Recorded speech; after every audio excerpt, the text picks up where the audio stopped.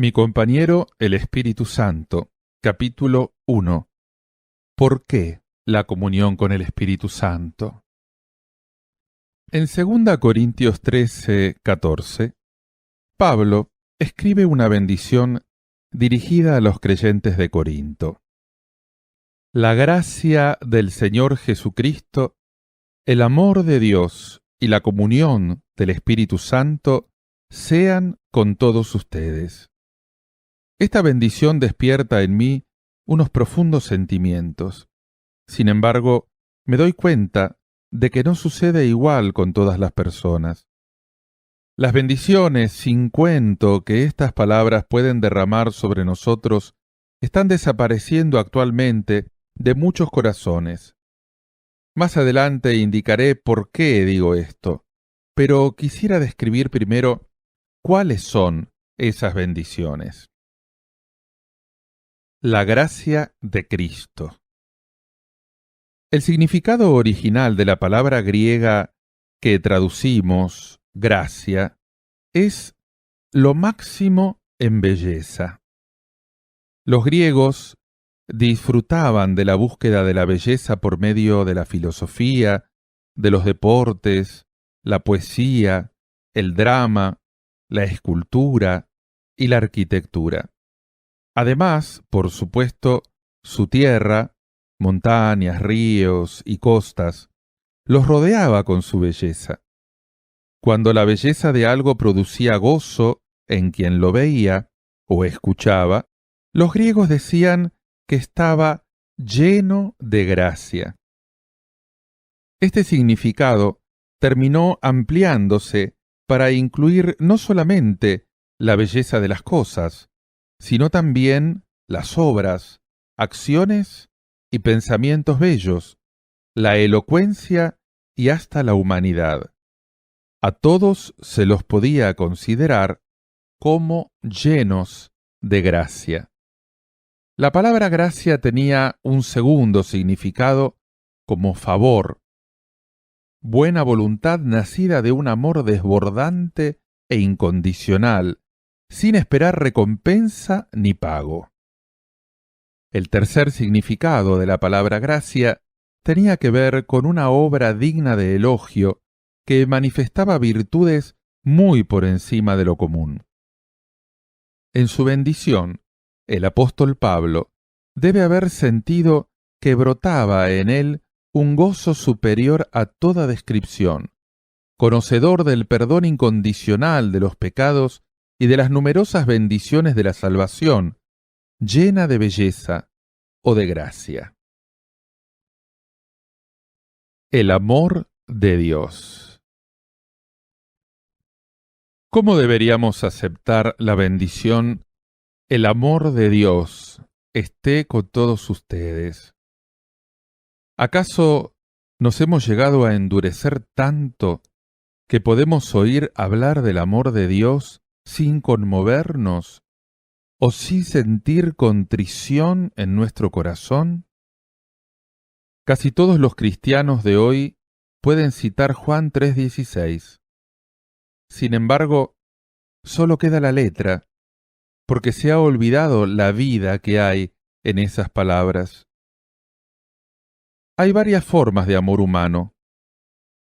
El amor de los padres por los hijos, que son su propia carne y sangre. El amor que busca y anhela al sexo opuesto. Y el amor fraterno que nos produce gozo cuando estamos con nuestros buenos amigos. Con todo, no hay comparación posible entre el amor humano y el amor de Dios. El de los padres se limita a los hijos. El que existe entre los sexos se centra en la pareja. Aún el amor entre amigos comienza a desaparecer si uno de los dos nunca recibe nada a cambio de su estimación e interés por el otro. En cambio, el amor divino es distinto. En griego, el amor de Dios es un tipo de amor que se sacrifica de una manera total por el que ama, debido a que comprende lo valioso que es. Por ejemplo, El hombre y la mujer traicionaron a Dios, cayendo en un profundo pecado que tuvo por consecuencia una vida abominable, la cual, a su vez, terminaba llevando a la destrucción eterna. A pesar de esa traición, Dios se sacrificó amorosamente en el Calvario para salvar a la humanidad. ¿Por qué? Porque cada una de las almas tiene un precio infinito para Él. Así es el amor divino. Aunque caída en el pecado, la humanidad posee la imagen de Dios y podemos convertirnos en criaturas nobles si recibimos la gracia de la redención. Dios es amor y su amor es verdadero. Él amó tanto a los pecadores de este mundo que no escatimó ni siquiera a su propio Hijo, sino que lo convirtió en sacrificio por nuestros pecados. ¿No es acaso amor verdadero el que nos haya amado incluso a nosotros, que estábamos caídos en el pecado? Es probable que Pablo se haya sentido conmovido hasta las lágrimas al hablar del amor de Dios. Entonces, ¿por qué nos hemos enfriado tanto nosotros? ¿Cómo se puede restaurar nuestra fe de manera que nos podamos sentir profundamente conmovidos por la gracia de Jesucristo y el amor de Dios? ¿Dónde está la senda que nos conduce a esa restauración? Ciertamente existe un camino hacia una restauración plena. Hay una respuesta al clamor de nuestro espíritu y se halla en la comunión con el Espíritu Santo. Él es quien derrama toda la gracia y todo el amor en nuestro espíritu por medio de su comunión con nosotros. La comunión del Espíritu Santo. La palabra comunión conlleva las ideas de comunicarse con alguien, viajar juntos, transportarse juntos. El espléndido desarrollo que han tenido los transportes ha hecho del mundo moderno una gran ciudad mundial. Por medio de estos transportes rápidos y cómodos, los humanos de todo el mundo comparten cuanto se necesita para satisfacer sus necesidades culturales, políticas, económicas, militares y científicas.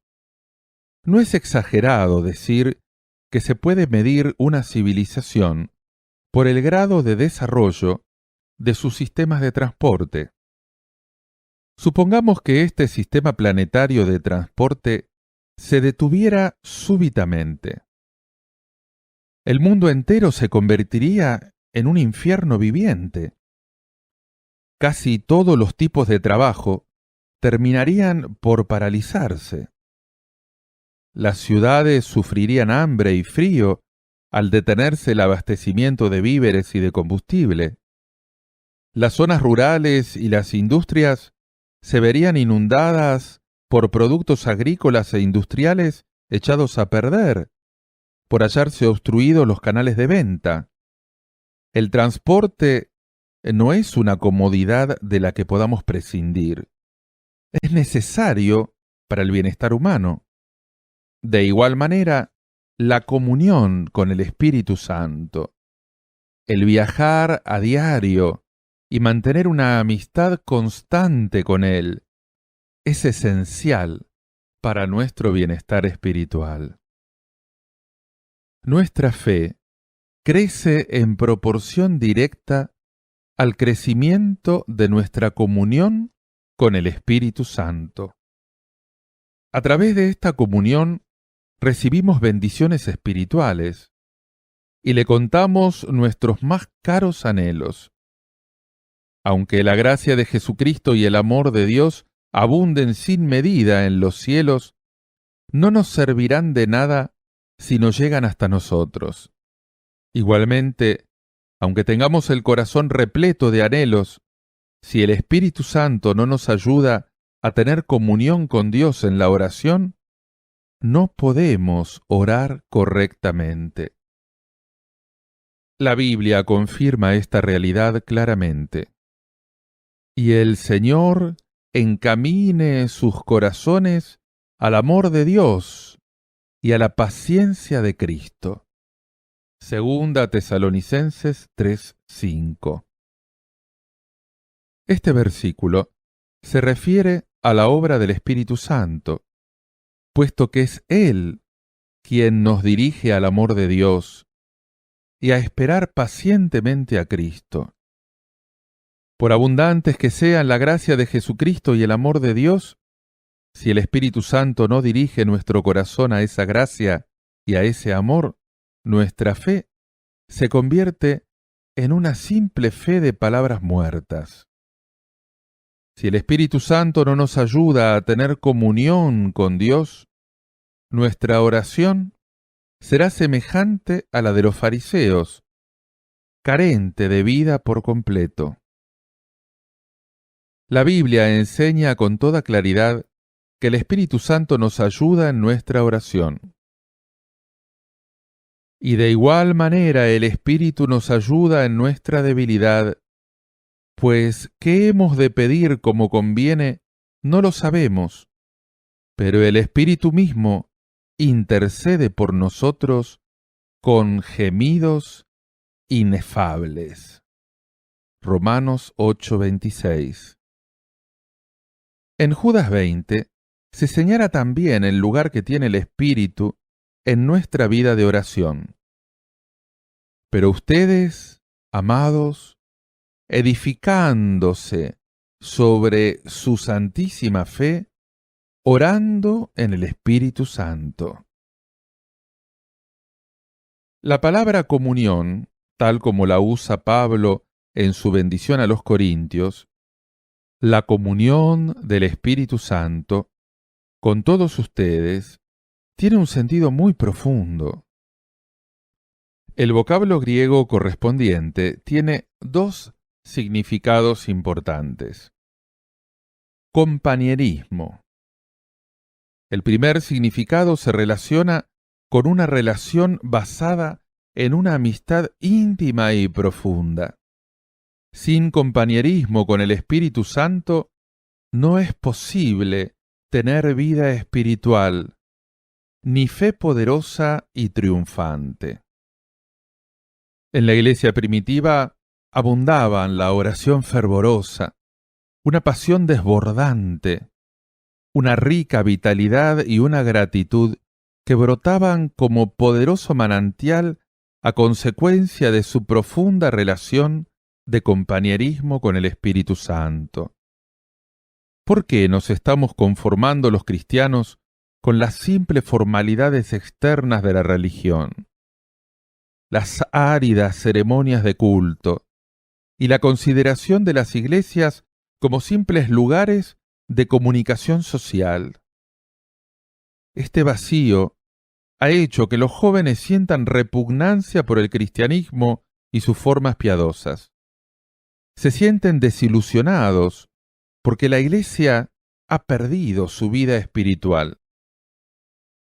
John Mackay, quien fuera decano de la Facultad de Teología de la Universidad de Princeton y el Seminario Teológico de la Alianza Presbiteriana, dijo en una reunión de presbiterianos: es mejor acercarse a la religión desde los sentimientos naturales que llegarse a ella con formas estéticas y ordenadas carentes de poder dinámico. Uno de los problemas más importantes que tiene la Iglesia de hoy es que le parece correcto que expresemos nuestros sentimientos en todos los campos, menos en la religión. Lo que necesita la Iglesia del presente es poder proporcionar algo que inflame todas las pasiones positivas del ser humano. Desde el mismo momento en que una iglesia se halla completamente llena de programas y despersonalizada, se convierte en un memorial fúnebre de Dios, en lugar de ser la institución viva de su poder. ¿Cuál es la respuesta al problema que señala? Una ferviente amistad con el Espíritu Santo viviente.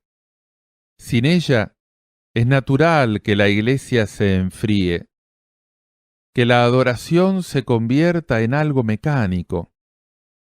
La fe pierde la pasión ardiente que le da profundidad a toda nuestra persona. Este tipo de fe es como una estufa sin fuego. Sabedor de esto, la primera pregunta que Pablo les hizo a un grupo de efesios que daban la impresión de hallarse cansados y derrotados fue: ¿recibieron el Espíritu Santo cuando creyeron? Hechos 19:2. Cuando Jesús vio que sus discípulos se hallaban angustiados y sin esperanza, les prometió que el Espíritu Santo vendría a morar en su espíritu. Y yo rogaré al Padre y les dará otro consolador para que esté con ustedes para siempre. No los dejaré huérfanos, vendré a ustedes. Juan 14, 16, 18. Podemos hacer nuestro ese consuelo, pero con mayor frecuencia de la que creemos, es posible hallar hoy creyentes que no hayan oído hablar del Espíritu Santo.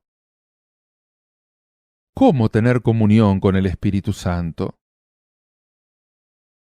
En primer lugar, debemos reconocer que está presente en su iglesia y darle la bienvenida, anhelando ardientemente que nos guíe y abriéndole el corazón de manera que se establezca una confianza continua entre Él y nosotros. El amor de Dios y la gracia de Jesús solo podrán alcanzar nuestro espíritu a través de la amistad y la comunión con el Espíritu Santo. Participación conjunta en la evangelización. El segundo significado de la palabra comunión es el de ser socios en un negocio. Lucas 5:10. Y participar conjuntamente en algo. 2 Corintios 10:16 y Filipenses 3:10. Trabajar juntos como socios con un propósito común, compartiendo gozos, tristezas, victorias y pruebas. El Espíritu Santo fue enviado a esta tierra con el firme propósito de que trabajara en sociedad con los creyentes a fin de volver a la vida espíritus muertos a base de dar testimonio de la gracia de Jesucristo. Antes de dejar este mundo, Jesús les dijo a sus discípulos: «Cuando venga el Consolador, a quien yo les enviaré desde el Padre, el Espíritu de verdad, el cual procede del Padre, Él dará testimonio acerca de mí. Y ustedes darán testimonio también, porque han estado conmigo desde el principio». Juan 15, 26, 27. A partir de estas palabras, podemos comprender que la gran misión de predicar el Evangelio fue dada en primer lugar al Espíritu Santo y después a los santos que creen en el Señor. Jesús aquí pone de relieve que la obra de evangelización debería ser realizada como una obra conjunta entre el Espíritu Santo y la humanidad, en la que el Espíritu participaría como el socio principal.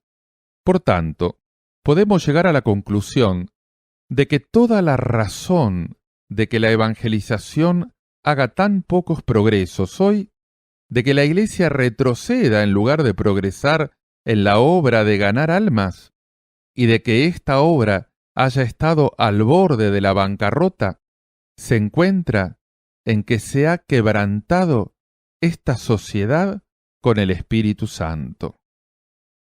Las personas de nuestros días ni lo reconocen ni le dan la bienvenida. Puesto que no tienen su confianza puesta en Él, terminan fracasando, tratando de realizar la obra de Dios con sus propios medios y esfuerzos. Jesús señala este trágico error en el Apocalipsis. He aquí, yo estoy a la puerta y llamo. Si alguno oye mi voz y abre la puerta, entraré a él y cenaré con él, y él conmigo. Apocalipsis 3:20.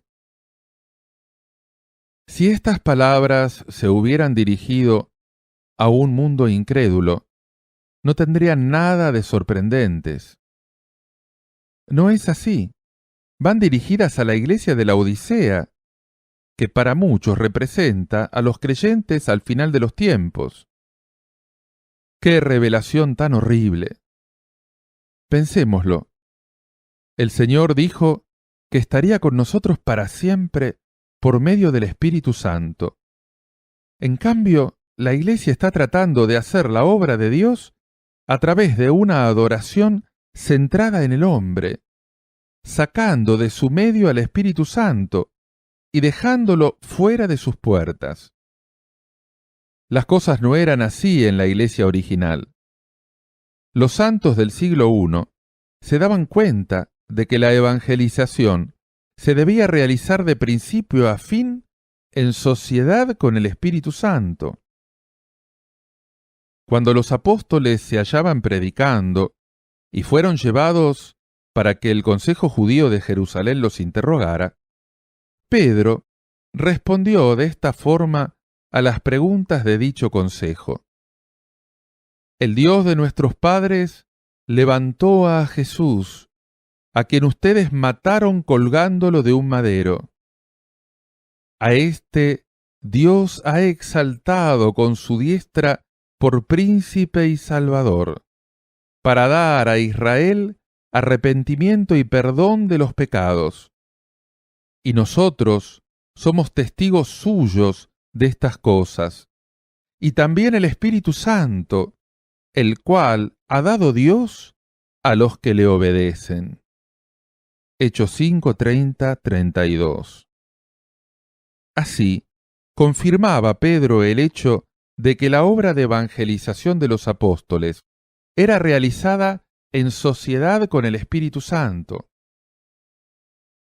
Jesús no comenzó a predicar el reino de los cielos hasta después de haber recibido la plenitud del Espíritu Santo.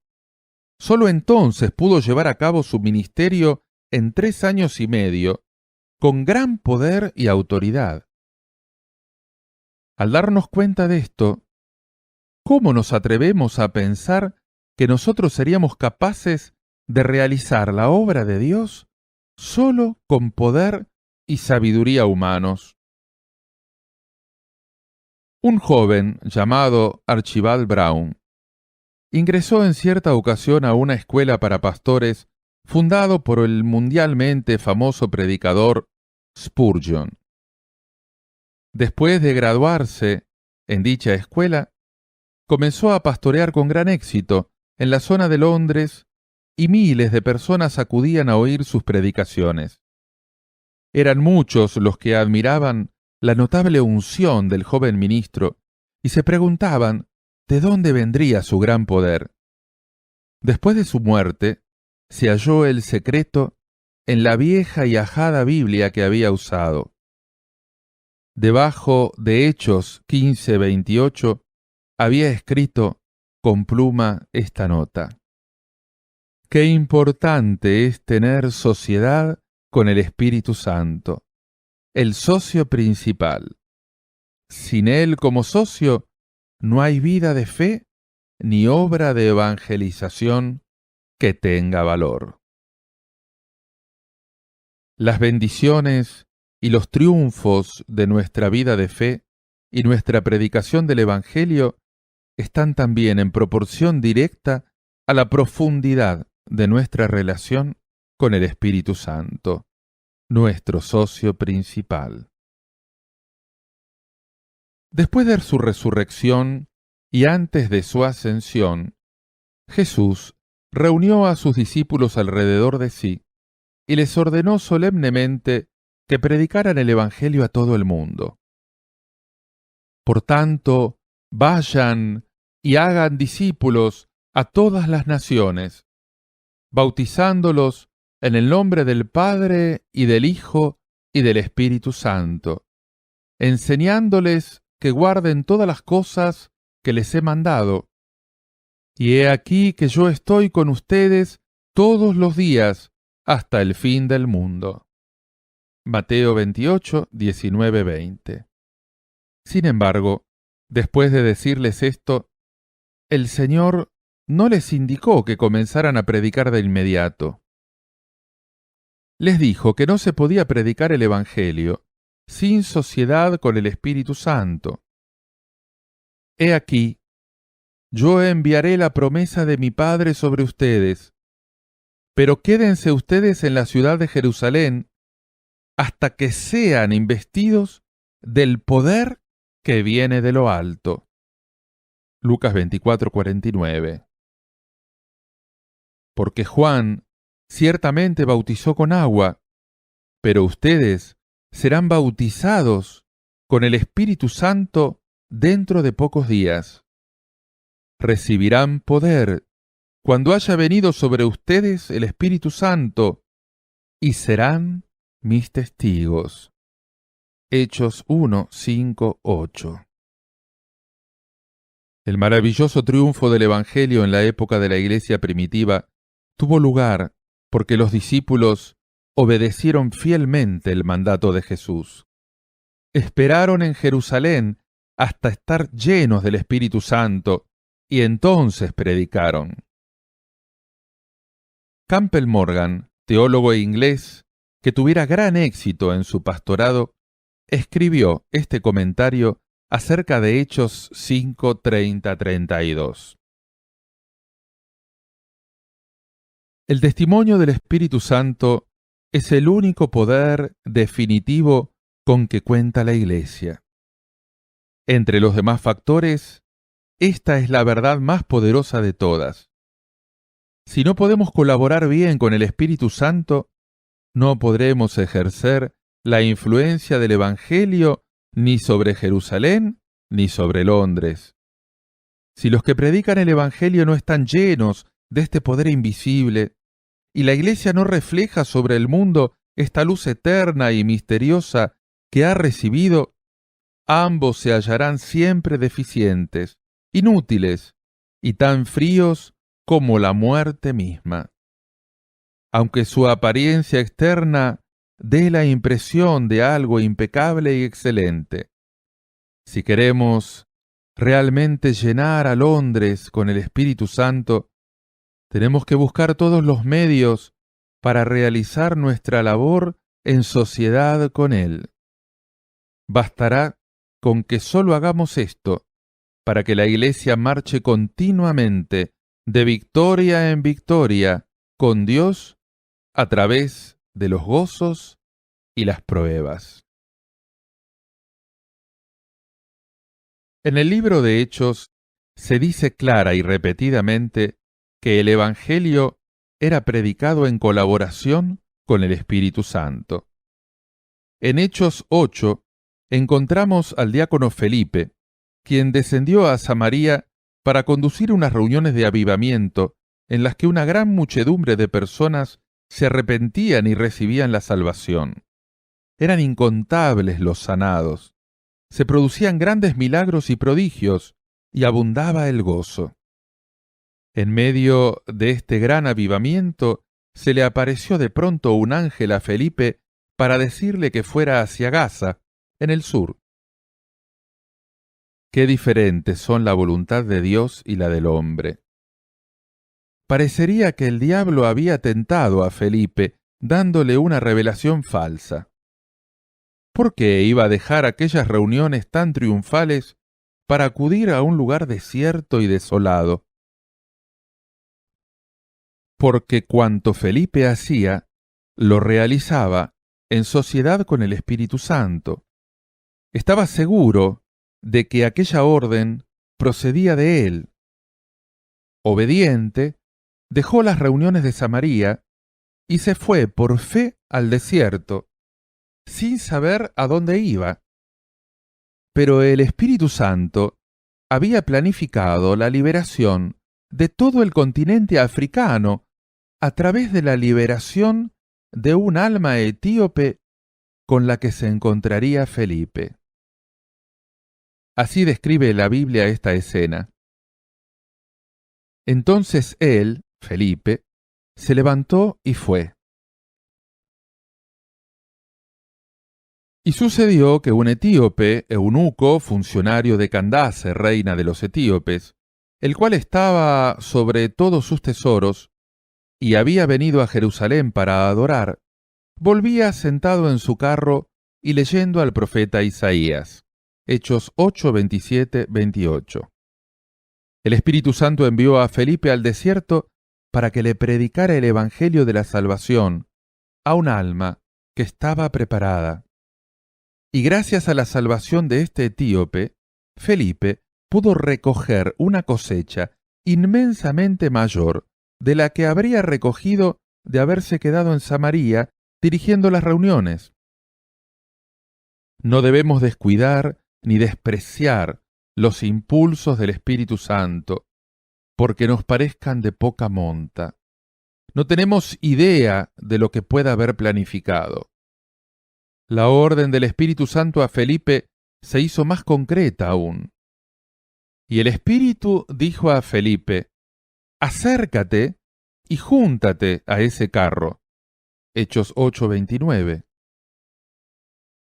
Dirigido por el invisible Espíritu de Dios, Felipe se aproximó al carro en el momento y el lugar oportunos, cuando el eunuco etíope leía Isaías 53, la profecía sobre el sufrimiento expiatorio de Cristo a favor nuestro.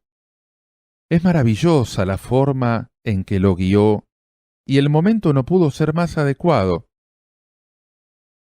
Después de escuchar la predicación de Felipe, el etíope recibió a Jesús como Salvador suyo. Cuando llegaron a un lugar donde había agua, Felipe lo bautizó. Lo que tuvo lugar a continuación manifiesta lo poderosa que puede ser la asociación con el Espíritu Santo en la labor de predicar el Evangelio. Cuando subieron del agua, el Espíritu del Señor arrebató a Felipe, y el eunuco no lo vio más, y siguió gozoso su camino. Hechos 8:39. El Espíritu del Señor arrebató a Felipe. Esto sí que es trabajar en sociedad. Habrá quienes justifiquen su falta de poder con la excusa de que el Espíritu Santo no obra de esta forma hoy. Sin embargo, Jesús dijo acerca de esto: el Padre les dará otro Consolador para que esté con ustedes para siempre. Juan 14:16. El Espíritu Santo es el mismo para siempre y está con nosotros en estos momentos. Si no puede obrar, se debe a que hay hoy creyentes que lo traicionan y lo niegan. No confían en Él ni le prestan atención. El descuido con respecto al Espíritu Santo es lo que hace que el Evangelio, que es poderoso, se convierta en una noticia tan vieja como las antigüedades de un museo. En Hechos 10 encontramos otra escena en que hay trabajo conjunto. Pedro, en colaboración con el Espíritu, es enviado a predicarles a un centurión gentil llamado Cornelio y a toda su casa. Pedro subió a la azotea para orar cerca de la hora sexta, y tuvo gran hambre y quiso comer, pero mientras le preparaban algo, le sobrevino un éxtasis, y vio el cielo abierto y que descendía algo semejante a un gran lienzo que atado de las 4 puntas era bajado a la tierra, en el cual había de todos los cuadrúpedos terrestres y reptiles y aves del cielo. Y le vino una voz: «Levántate, Pedro, mata y come». Entonces Pedro dijo: «Señor, no, porque ninguna cosa común o inmunda he comido jamás». Volvió la voz a él la segunda vez: «Lo que Dios limpió, no lo llames tú común». Esto se hizo 3 veces, y aquel lienzo volvió a ser recogido en el cielo. Y mientras Pedro estaba perplejo dentro de sí sobre lo que significaría la visión que había visto, he aquí los hombres que habían sido enviados por Cornelio, los cuales, preguntando por la casa de Simón, llegaron a la puerta, y llamando, preguntaron si moraba allí un Simón que tenía por sobrenombre Pedro. Y mientras Pedro pensaba en la visión, le dijo el Espíritu: «He aquí 3 hombres te buscan. Levántate, pues, y desciende, y no dudes de ir con ellos, porque yo los he enviado». Hechos 10, 9b, 20. Vemos aquí de nuevo que el Espíritu Santo obra con el fin de liberar a las almas. Cornelio, centurión del ejército romano, destacado en Cesarea, era un hombre devoto, pero aún no había recibido la salvación. El Espíritu Santo de Dios, a través del mensaje de un ángel, le indicó que mandara a buscar a Pedro, quien sería el vaso utilizado para predicarle el Evangelio. Versículos 1 al 8. Pedro, criado como judío devoto, tenía horror a estar en compañía de gentiles, incluso a conversar con ellos, porque eran inmundos según la ley judía. Con el fin de ampliar la esfera de su ministerio, el Espíritu Santo hizo que tuviera por 3 veces una extraña visión. Después le ordenó que no dudara, sino que se fuera a la casa de aquel gentil llamado Cornelio. ¡Qué ministerio tan maravilloso el del Espíritu Santo! Los había preparado a ambos, al mensajero y al que recibiría el mensaje. Va más allá de toda comprensión lo urgentemente que se necesita hoy este ministerio del Espíritu Santo. Enviar un vaso preparado a un espíritu que también lo esté. Dios es el único que sabe cuál es el momento perfecto. Mientras predicaba el Evangelio en la casa de Cornelio, Pedro dijo: «Y nos mandó que predicásemos al pueblo y testificásemos que Él es el que Dios ha puesto por juez de vivos y muertos. De éste dan testimonio todos los profetas, que todos los que creyeren en Él recibirán perdón de sus pecados por su nombre».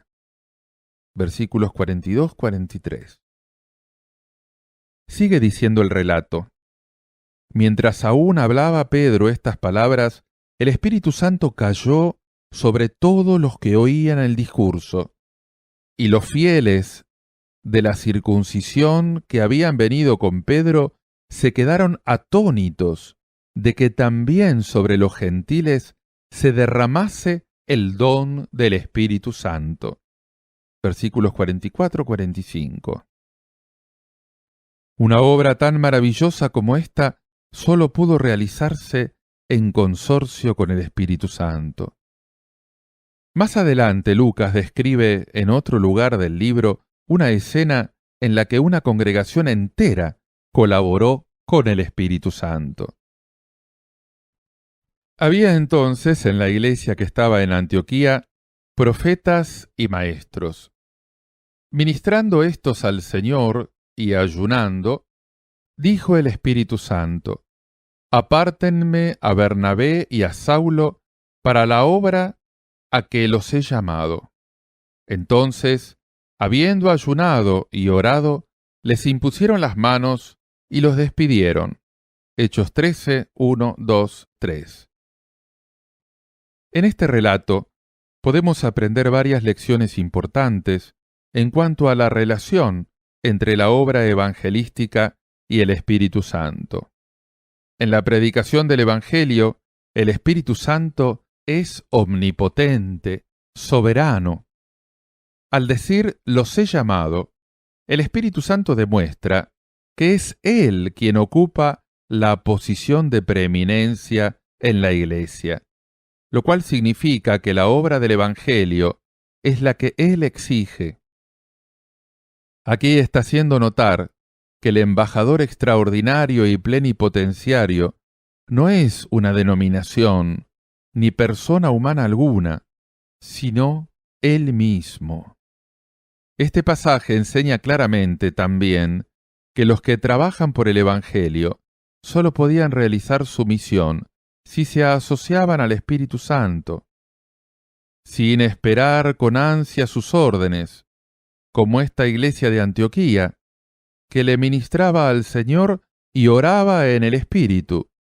¿Cómo es posible escuchar esa queda voz del Espíritu Santo?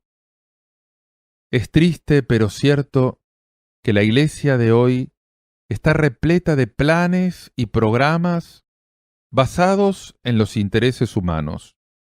Se planifica y se presenta la adoración para lograr una complacencia carnal a través de una asociación de tipo humano. Hay poco interés en escuchar al Espíritu Santo. La consecuencia es que la iglesia, que se debería estar ocupando de la obra del reino de los cielos, se ha convertido en un desastre. Está al borde de la bancarrota y se ha convertido en objetivo de ridiculización y reproche. No hay ciudad, poblado o comunidad donde las iglesias no tengan edificios. Con todo, el espíritu de los adoradores se ha vuelto vacío y nulo. Hemos desechado el mandato del Señor, quien nos dijo que deberíamos convertirnos en la luz del mundo. Hemos cerrado los oídos al llamado del Espíritu Santo. La iglesia, como un rebaño de ovejas extraviadas, anda vagando de un lado para el otro y cae presa del diablo, quien ronda alrededor de ella buscando a quien devorar. Florecen las herejías y las falsas enseñanzas. En un remolino como este, ¿cuándo y cómo se podrían restaurar en medio de nosotros aquellas reuniones de oración de Antioquía? Allí ¿no ministraban todos ellos unánimes al Señor, al mismo tiempo que esperaban órdenes divinas? ¿No ayunaban y oraban ansiosos por hacer la obra a la que se los había llamado por medio del Espíritu Santo, el jefe de su empresa? Para evangelizar la era futura, debemos volver nuevamente al seno del Espíritu Santo, quien nos da poder, sabiduría y orientación sobrenaturales. Debemos arrepentirnos y abrir los oídos a su llamado. El relato de los sucesos de Antioquía dice a continuación que Bernabé y Pablo, quienes habían sido apartados por el Espíritu Santo para su obra, enviados por el Espíritu Santo, descendieron. Hechos 13:4. Realmente, esta salida nos obliga a pensar. Se fueron, no enviados por una denominación ni por una institución misionera, sino por el Espíritu Santo. No tenían fondos misioneros, ni promesa alguna de que tendrían sostenimiento fijo como misioneros. no se dice nada acerca de dinero. Y sin embargo, fue el Espíritu Santo, Señor del cielo y de la tierra, el que los envió. Con un apoyo así, no tenían nada que temer. Por supuesto, esto no significa que no hicieran falta una denominación, o el dinero, o una sociedad misionera. Con todo, no los envió un grupo de gente ni una institución. El gran teólogo.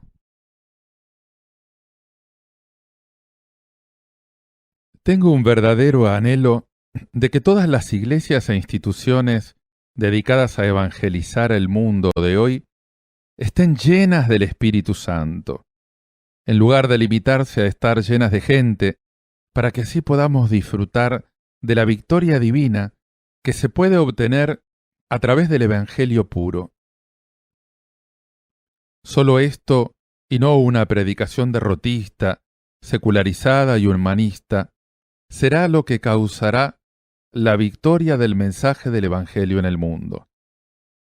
Entre bastidores y poniendo bases firmes para la obra de la evangelización, el Espíritu Santo fue también el principal actor de la Iglesia en sus primeros años, mientras se resolvían las cuestiones teológicas.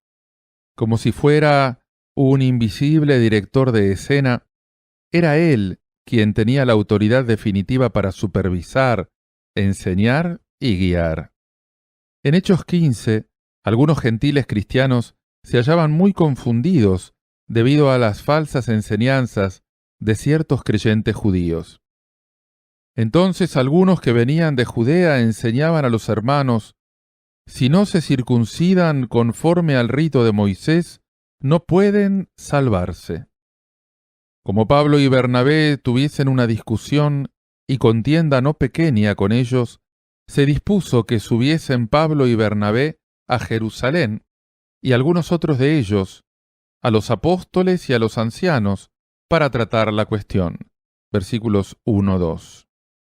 En consecuencia, los apóstoles y ancianos sostuvieron un concilio en Jerusalén para estudiar este asunto.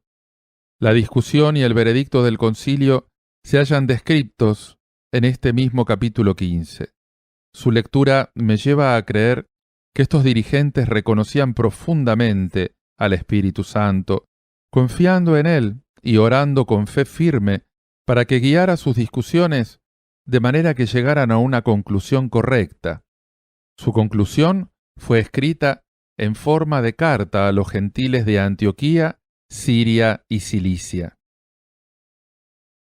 Por cuanto hemos oído que algunos que han salido de nosotros, a los cuales no dimos orden, los han inquietado con palabras, perturbando sus almas, mandando circuncidarlos y guardar la ley, nos ha parecido bien, habiendo llegado a un acuerdo, elegir varones y enviarlos a ustedes con nuestros amados Bernabé y Pablo, hombres que han expuesto su vida por el nombre de nuestro Señor Jesucristo. Porque ha parecido bien al Espíritu Santo y a nosotros no imponerles ninguna carga más que estas cosas necesarias. Versículos 24, 26 y 28. El que se haya mencionado claramente al Espíritu Santo en primer lugar, ha parecido bien al Espíritu Santo y a nosotros, y no nos ha parecido bien a nosotros y al Espíritu Santo, debe darles vergüenza a los que interpretan la Biblia apoyándose en una fe humanista. ¿Reconocen realmente al Espíritu Santo en las conferencias religiosas de hoy? Con frecuencia oímos expresiones como el superintendente X y el comité han decidido. Rara vez escuchamos expresar los sentimientos reflejados en la carta enviada por los apóstoles de Jerusalén. Con la ayuda del Espíritu Santo hemos decidido. Por supuesto, no estoy defendiendo que haya que seguir toda declaración con la frase «con la ayuda del Espíritu Santo», pero es deplorable que jamás se escuchen frases así. Confianza en su ayuda. En todo cuanto hagamos, debemos reconocerlo, adorarlo, darle gracias y confiar continuamente en Él. Además, es imprescindible que recordemos que el Espíritu Santo, enviado por el cielo para ser nuestro jefe en la evangelización y la enseñanza, espera a que lo invitemos a ocupar entre nosotros ese lugar. La Biblia nos muestra que no es la ignorancia lo único que impide que trabajemos dentro de esta sociedad con el Espíritu Santo. La falta de humildad al esperar en Él es otro factor del problema. En Hechos 16, 6-10, vemos que Pablo obraba bajo las órdenes del Espíritu Santo y en colaboración con Él. Por supuesto, Pablo fue el apóstol por excelencia, y Dios lo usó poderosamente. Sin embargo, también nos debemos dar cuenta de que incluso un apóstol tan sensible al Espíritu Santo como Pablo fue capaz de apresurarse atrevidamente a hacer algo debido a su gran celo por la predicación del Evangelio. He aquí lo sucedido. Y atravesando Pablo y Silas Frigia y la provincia de Galacia, les fue prohibido por el Espíritu Santo hablar la palabra en Asia, y cuando llegaron a Misia, intentaron ir a Bitinia, pero el Espíritu no se lo permitió. Versículos 6 y 7. Cuando leemos este pasaje, nos sentimos como si estuviéramos viendo la lucha de Jacob con el ángel de Dios.